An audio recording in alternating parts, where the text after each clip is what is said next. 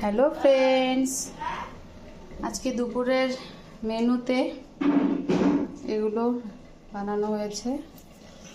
এখনও এটা কমপ্লিট হয়নি, হচ্ছে মিষ্টি কুমড়া, পুঁই শাক আর শুকনো মাছ দিয়ে এটা হচ্ছে।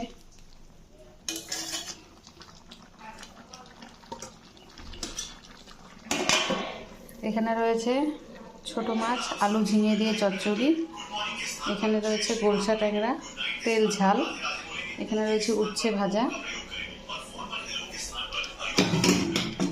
এটা হচ্ছে কালকে তরকারি। এখানে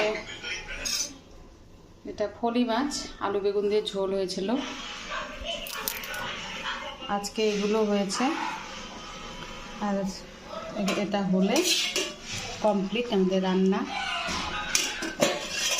বাই বাই ফ্রেন্ডস।